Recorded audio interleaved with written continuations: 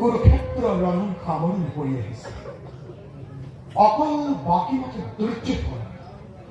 দুৰ্যোধনক শেষ কৰিব পাৰিলেই মোৰ কৰ্তব্য শেষ হৈ পৰিব। সৈন্য আৰু শকুনি সিহঁতৰ বাবে বিশেষ চিন্তান্বিত হ'ব নালাগিব।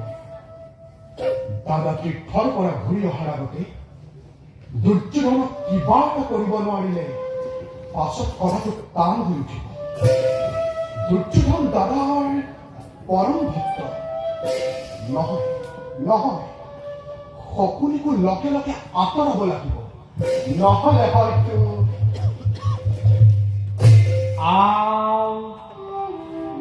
আজি মোৰ পৰম ভাগ্য স্বয়ং নাৰায়ণৰ আগতে ওলাবহি। প্ৰণাম। মামা, তোমাৰ কথা কি ভাবিছিলা? কুৰুক্ষেত্ৰৰ ভাৱ এৰি মোৰ কথা ভাবিছিলা নে কুৰুক্ষেত্ৰৰ ভাৱতে মোৰ কথা ভাবিছিলা? মাত্ৰতে মামা। তানে আমাৰো চাউল উপলি কিয় মামা? অতদিনে ডাঙৰ ডাঙৰ গ্ৰহ নক্ষত্ৰবোৰ গণনা কৰি আছিলা দেখিয়েই আমিবোৰ চকুত পৰা নাছিলো। তেতিয়া সেইবোৰ শেষ কৰি যেতিয়া যদুপতিয়ে সৰু সুৰা তৰাৰ লেখত ধৰিলেহি আমিতো পপিয়া তৰা, আমাক খহা নাই। মামা, তুমি বৰ চতুৰ। সকলোবোৰ যদুপতিৰ পৰাই ভাগ কৰা। মামা, এটা কথা সুধো, কবানে? অন্তৰ্যামী নাৰায়ণে নকলেও জানিব।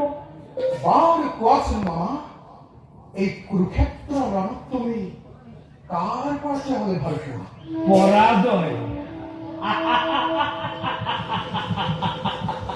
পৰাজয় হবলৈ আৰু বাকী নাই। এতিয়া ভাল পাইছো নে বেয়া পাইছো যদুপতিয়ে জানে। মামা, কৌৰৱৰ আশ্ৰয়ত থাকি দুৰ্যোধনৰ ইমান বিশ্বাসভাজন হৈ বিশ্বাসঘাতকী হল কিয়? তাৰ উত্তৰো আজি নাৰায়ণক দিব লাগিবনে? তুমি নিষ্ঠুৰ আৰু তুমি? মই মোৰ কৰ্তব্য কৰিছো। তেন্তে মোৰ কৰ্তব্যত কোনখিনিত ত্ৰুটি হল? ভাগিন ভাগিন বুলি মুখৰ অমৃতেৰে বুলাই অন্তৰত চিৰসঞ্চিত হলাহল বিক্ষোভ কৰি সন্মুখ ৰণত অভিভাৰণ কৰি শত্ৰুতা আচৰণ কৰা অনেক গুণেশ্বৰ মামা। যদুপতি, ক্ৰোধান্ধ মানৱ এই প্ৰবঞ্চনা, এই প্ৰতাৰণা ক্ষমাৰ অযোগ্য বুলি জানো, কিন্তু পূৰ্ণ ব্ৰহ্ম নাৰায়ণৰ কপট নিদ্ৰাতকৈও মোৰ এই আচৰণ বেছি দুখনীয় নে? ভুল বুজিছা মামা। ভুল কৰি কৰি সদায় ভুলতে অভ্যস্ত হৈছো। এতিয়া আৰু সেই বতৰত সেই ভুল নাভাগে নাৰায়ণ। মামা, তোমাৰ দুখতে কৌৰৱ ধ্বংস হল। স্বৰ্ণ লংকা চাই কৰিছিল ৰাজভাদা বিভীষণে। আৰু আজি স্বৰ্ণময় ভাৰত ভূমি শ্মশান কৰিলা ৰাজমাতুৰ তুমি শকুনি। হে মাধৱ, মোৰ ধন্যবাদ কৰিবা গ্ৰহণ। নবুজিলো মামা। অতি সহজ।